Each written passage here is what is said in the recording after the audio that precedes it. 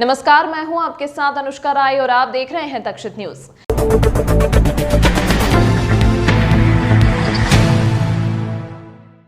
रात 2 बजे 67 वर्षीय बुजुर्ग ने हिम्मत दिखाते हुए अपने घर में घुसे चोर को पकड़ लिया। इसके बाद चोर करीब 10 मिनट तक बुजुर्ग से माफी मांगता रहा, लेकिन बुजुर्ग ने चोर की जमकर पिटाई कर दी। इसी बीच चोर ने बुजुर्ग पर घर में रखे खिलौने से हमला कर दिया और भाग निकला। पुलिस ने आरोपी चोर को पकड़कर उसके पास से सारा सामान भी जब्त कर लिया है। होटल व्यवसायी दयाराम लालवानी उम्र 67 वर्ष निवासी सुभाष नगर के यहाँ चोरी करने चोर घुसा। उसने अलमारी का ताला तोड़कर नकदी व जेवर भी निकाल लिए थे। इस बीच वृद्ध लालवानी की नींद खुल गई और उन्होंने चोर को पकड़ लिया। इसके बाद करीब 5 मिनट तक दोनों के बीच संघर्ष हुआ। वीडियो में दिख रहा है कि वृद्ध ने चोर की कॉलर पकड़े रखी है और हाथापाई हो रही है। इस बीच चोर ने कमरे में रखे खिलौने से लालवानी पर हमला कर दिया और धक्का देकर फरार हो गया। फरियादी लालवानी ने बताया कि रात करीब 2 बजे कमरे में खटपट आवाज सुनाई दी। उठने पर देखा कि अंदर के कमरे की लाइट चालू थी। अंदर एक लड़का अलमारी का ताला तोड़कर उसमें रखा सामान खंगाल रहा था। चोर अपने साथ 12,000 रुपए नकद और सोने की चेन अपने साथ ले गया। हालांकि कुछ घंटे बाद ही पुलिस ने सीसीटीवी फुटेज की मदद से बदमाश की पहचान कर उसे गिरफ्तार कर लिया। सोमवार की रात को 2 बजे करीब चोर घुसा था, तो चोर ने चोरी कर लिया था। तो मेरी नींद खुल गई तो मैंने उसको पकड़ा तो उसमें उठापटक हुई, तो उसमें मेरे को यहाँ लग गई मुंह पे और उसके बाद वो भाग गया। भागने के बाद में मैंने पुलिस को फ़ोन करा तो पुलिस आई थी। फिर मैंने देखा सामान, तो उसमें से 12,000 रुपये जो रखे थे वो ले गया वो, और एक सोने की चेन थी, चेन ले गया। तो पुलिस आई थी, पुलिस ने कार्रवाई करी और आज अभी खबर आई है कि पुलिस वो पकड़ा गया है। तो अभी मैं थाने जाऊंगा, देखता हूँ क्या। थाने में रिपोर्ट लिखाई थी आपने? नीलगंज। लगभग कितने रुपए कीमत की रकम होगी? रकम ये करीब 12,000 तो नकद थे और 20-25 हज़ार की चेन होगी। क्या नाम है आपका? दयाल लालवानी। कल फरियादी दयाराम लालवानी रिपोर्ट की थी कि उनके यहाँ जो रात के समय कोई अज्ञात चोर घर के अंदर घुस गया था और उसने चोरी की घटना को अंजाम दे रहा था। उस समय दयाराम लालवानी जी की नींद खुल गई और उसके बाद में उन्होंने चोर को पकड़ भी लिया, लेकिन चोर ने उन पर हमला किया और वहाँ से भाग गया। तो इस घटना में सीसीटीवी फुटेज हमको प्राप्त हुए थे और हमारे द्वारा लगातार उस सीसीटीवी फुटेज में आए टीए के अनुसार आरोपी की तलाश की जा रही थी और आज हमने आरोपी को गिरफ्तार कर लिया है। आरोपी अवयस्क है, नाबालिग है और आरोपी से चोरी गया जितना भी सामान है वो बरामद हुआ है। अभी आरोपी से पूछताछ की जा रही है। प्रारंभिक पूछताछ में आरोपी से अलगधाम नगर में हुई एक और चोरी का खुलासा हुआ है, जिसमें वह लैपटॉप चुरा कर ले गया था और घटना के अन्य घटनाओं के संबंध में भी आरोपी से पूछताछ की जा रही है।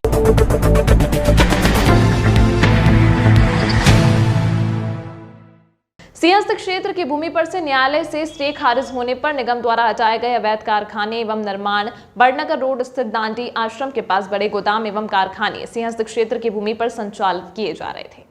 उक्त अवैध निर्माणों को पूर्व में भी हटाने के निर्देश देते हुए कुछ दिन की मोहलत दी गई थी, जिसमें से कुछ अवैध कारखाने एवं गोदाम को निर्माण करने वाले व्यापारियों के द्वारा न्यायालय में स्टे के लिए अपील की गई थी। माननीय न्यायालय द्वारा उक्त अपील को खारिज करते हुए स्टे को भी शून्य किया गया, जिसके क्रम में गुरुवार को निगम द्वारा जेसीबी के माध्यम से शेष बचे 2 अवैध कारखाने और अवैध अतिक्रमणों को हटाने की कार्यवाही भवन निरीक्षक सुश्री संगीता पवार, गैंग प्रभारी मोनू धनवार द्वारा पुलिस प्रशासन के सहयोग से की गई। मुरलीपुरा क्षेत्र में दांडी आश्रम के पास 6 से 7 लोगों ने टीन शेड बना के गोडाउन बना लिए थे, जिसमें पूर्व में भी कार्रवाई की गई थी, परंतु 2 लोगों द्वारा कोर्ट के माध्यम से स्टे ले आए थे वो, तो उनका केस खारिज होने के तत्काल हमने कार्रवाई यहाँ पे की है आज, और उसके क्रम में कार्रवाई यहाँ पे संपूर्ण आज पूरी कर दी है। नाम और पद? मैं संगीता पवार, भवन निरीक्षक, जोन क्रमांक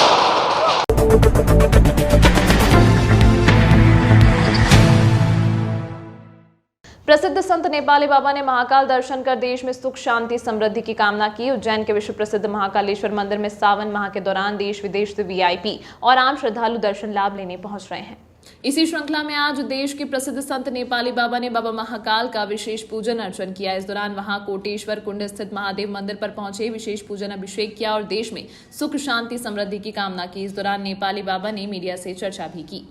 ऐसे अपना मलमास है, श्रावण का महीना भी है और श्रावण के महीना में हम महाकाल में चाहे जहाँ कहीं भी ज्योतिर्लिंग है वहाँ अभिषेक जरूर करते हैं। अभी दोबारा ज्योतिर्लिंग का दर्शन हो गया। अभी बाबा विश्वनाथ में मुख्य आरती में हम थे, आप लोग देखे होंगे। आज होगा 10-15 दिन हो गया और फिर यहाँ आए तो अभिषेक किए। इसीलिए कि संत महात्माओं का काम क्या है कि सब संसार के जीव के कल्याण के लिए सब यात्रा करते हैं। संत तीर्थ अपने लिए नहीं करते हैं, संत तपस्या अपने लिए नहीं करते हैं, संसार के कल्याण के लिए, संसार के शांति के लिए करते हैं। उनसे आग्रह किया कि सुमति दो, हमारे भारत के जनमानस को कल्याण हो, हमारे जनमानस सब एक रहें, सब एक होकर के भगवान का अनुष्ठान करें, ईश्वरीय कार्य करें, धर्म से जुड़ें, अधर्म को छोड़ें। जो जिसका मन कहीं विचलित भी हुआ है, अधर्म के तरफ प्रेरित है, तो महाकाल से निवेदन किया कि भाई अब तो महाकाल है, सबको प्रेरणा करके धर्म में लगाइए, सब जीव का कल्याण हो। इसी उद्देश्य से मैं यात्रा किया हूँ। अभी तो चतुर्मास का कार्यक्रम है। अब तो चतुर्मास में मैं बैठ जाऊँगा, क्योंकि 2-4 महीना मैं श्रावण मास से चतुर्मास में बैठता हूँ। तो अब समय आ गया चतुर्मास का और महाकाल भगवान का कृपा रहता है, तो उनके कृपा से आ जाते हैं, बिना उनका कृपा के तो कोई आए।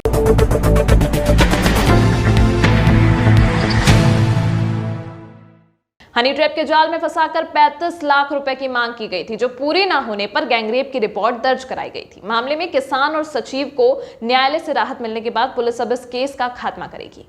उज्जैन के राघवी थाना क्षेत्र के रहने वाली महिला ने कतिपय लोगों से रुपए के लालच में थाने में गैंगरेप का प्रकरण दर्ज करवाया था, जिसके बाद पुलिस ने मामले में प्रकरण दर्ज कर आरोपियों को गिरफ्तार कर जेल भेज दिया था।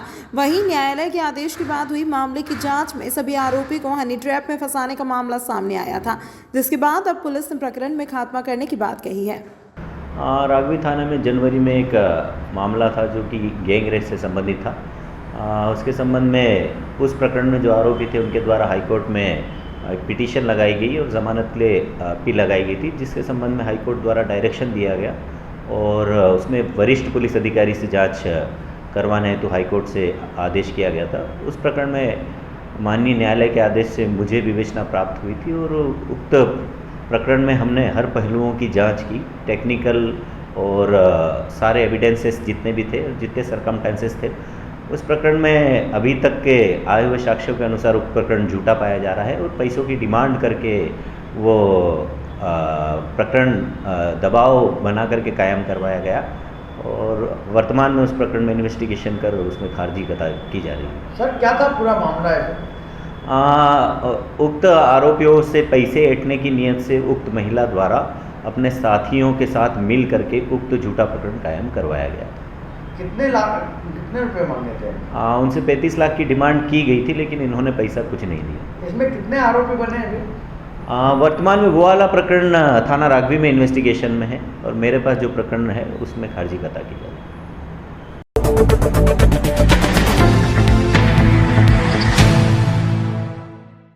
पार्श्वनाथ सिटी के रहवासियों द्वारा सतत 8 दिनों से घरेलू बिजली कनेक्शन की मांग को लेकर कॉलोनी के मेन गेट देवास रोड पर भूख हड़ताल की जा रही है।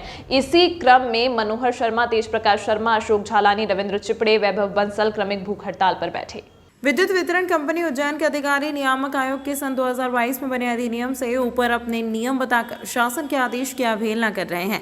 रहवासियों की इसी आक्रोश के मद्देनजर महापौर व उच्च शिक्षा मंत्री मोहन यादव ने धरना स्थल पर आकर रहवासियों से विस्तार से चर्चा की। सोसाइटी के अध्यक्ष मनीष शर्मा व अभिलाष जैन से विस्तृत जानकारी लेकर तय किया कि नगर निगम में महापौर, मंत्री, जिलाधीश, नगर निगम आयुक्त, विद्युत वितरण कंपनी के अधिकारियों व पार्श्वनाथ सिटी के प्रतिनिधिमंडल के साथ एक साझा साझा मीटिंग कर इस समस्या का समाधान कर लिया जाएगा, किंतु केंद्रीय मंत्री नरेंद्र सिंह तोमर के नगर में आने के कारण बैठक नहीं हो पाई है। आगे होने वाली बैठक में रहवासियों को नई रोशनी दिखाई दे रही है, जिस कारण प्रदर्शन करने वाली सभी रहवासियों में उत्साह था। जी, हम ये 8वां दिन है हमारा धरने का।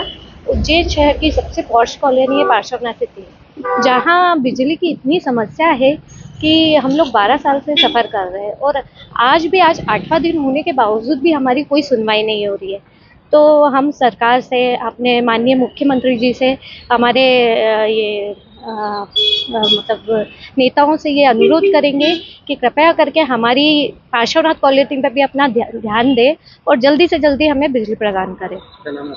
बबीता साइमन जी से ये अनुरोध करना चाहती हूँ कि जो हमारे पार्श्वनाथ की बिजली की जो समस्या है वो कृपया करके दूर करें, क्योंकि जो ये अस्थायी कनेक्शन जो 2007 से चल रहा है, 15 साल से जो है ये कनेक्शन चल रहा है, जो इसको परमानेंट करें और जो है इसका निवारण करें समस्या का, क्योंकि हमारे बच्चे भी बहुत परेशान हो रहे हैं और हम भी डेली की जो रूटीन है, जो लाइफ है, उसमें बहुत परेशानी का सामना करते हैं। तो बहुत सभी मंत्रियों से, मुख्यमंत्री से, शिक्षा मंत्री से, जो है यहाँ के मोहन यादव, सभी से जो हमारी विनती है कि जो है हमारी समस्या का निवारण करें। जयश्री शर्मा। तमाम महत्वपूर्ण खबरों के लिए देखते रहिए तक्षशित न्यूज़।